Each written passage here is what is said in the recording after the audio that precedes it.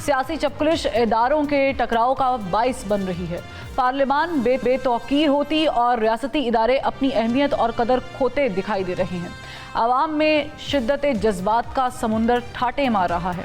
जिसे महंगाई और बेरोजगारी की तूफानी हवाएं बहरे इनकलाब में बदलने का सबब बन रही हैं।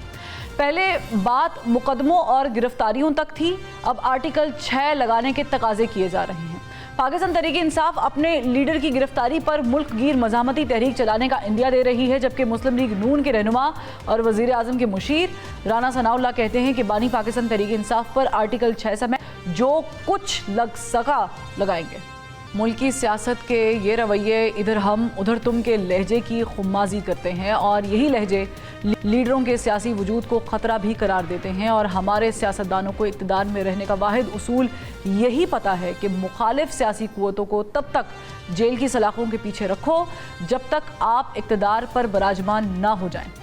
इस वक्त बानी पाकिस्तान तहरीक इंसाफ जो एक के बाद एक मुकदमे की गिरफ्तारी के नतीजे में जेल की सलाखों के पीछे हैं, वो जब मुल्क के वज़ीर आज़म थे तब अपने चेहरे पर हाथ फेर कर कहते थे कि जरदारी को भी जेल में डालूंगा और नवाज शरीफ का भी एसी बंद कर दूंगा। पाकिस्तान तहरीक इंसाफ के दौरे हुकूमत में राना सनाउल्लाह से लेकर ख्वाजा साद रफ़ीक तक, शहबाज शरीफ से लेकर मरीम नवाज तक, आसिफ अली जरदारी से लेकर शर्जील इनाम मेमन और खुर्शीद शाह तक तमाम मुखालिफ सियासी जमातों के रहनुमा जेलों में थे। और अब नून लीग और पाकिस्तान पीपल्स पार्टी की इत्तेहादी हुकूमत में बानी पाकिस्तान तहरीक इंसाफ से लेकर उमर सरफराज चीमा, डॉक्टर यास्मीन राशिद और शाह महमूद कुरैशी तक पाकिस्तान तहरीक इंसाफ के सैकड़ों रहनुमा जेल की काल कोठरी में हैं और मुज़ाकरात के नाम पर एक दूसरे को कंप्रोमाइज़ करने के लिए तमाम हथकंडे आजमाए जा रहे हैं। अवाम यकीन करें कि उन्होंने अपोजिशन और हुकूमत के जिन जिन नुमाइंदों को वोट दिया, उनमें से आज कोई एक MNA और MPA अवाम के टैक्सेस ख़त्म कराने के लिए ऐवान में खड़ा नहीं हो रहा, बिजली की कीमतें कम कराने के लिए आवाज़ नहीं उठा रहा,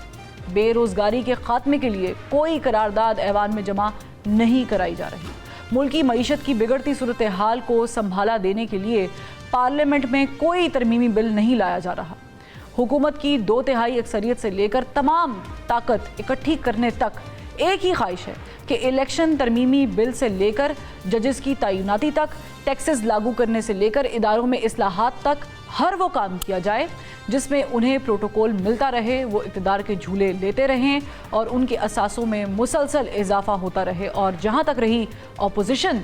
तो उसे हुकूमत से लाख गिले हों, हुकूमती जमातों से सैकड़ों इख्तलाफात हों, मगर फैटफ से लेकर CPAC तक, इदारों के सरबराहान को एक्सटेंशन देने से लेकर आवाम को महंगाई की चक्की में पीसने तक हर उस बिल को पास कराने में साथ होते हैं जिनमें उनके मुफादात शामिल होते हैं। उन्हें इक़्तिदार मिल जाए तो ये JUI फेक और रंग बिरंगे नामों से बुलाते हैं और अपोजिशन में आ जाएं तो मौलाना फजल रहमान के साथ दिन रात मुज़ाकरात करते हैं।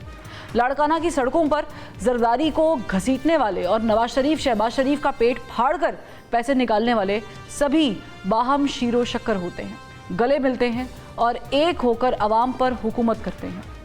जैसे हाथियों की लड़ाई में घास का नुकसान होता है, ठीक वैसे ही सियासतदानों के टकराव में अवाम रगड़े जाते हैं। हर दौरे हुकूमत में अपोजिशन वाले अवाम की सफ़ों में होते हैं, अवाम का दर्द अपना दर्द समझते हैं, मगर इक़्तिदार में आते ही झंडे वाली गाड़ी पर सवार होकर अवाम को कीड़े मकोड़े समझते हैं और उनके साथ किए वादे भुला देते हैं। और ये सिर्फ मौजूदा दौर की कहानी नहीं, बल्कि मुल्क की 76 बरसों से बनने और गिरने वाली हुकूमतों की रुदाद है।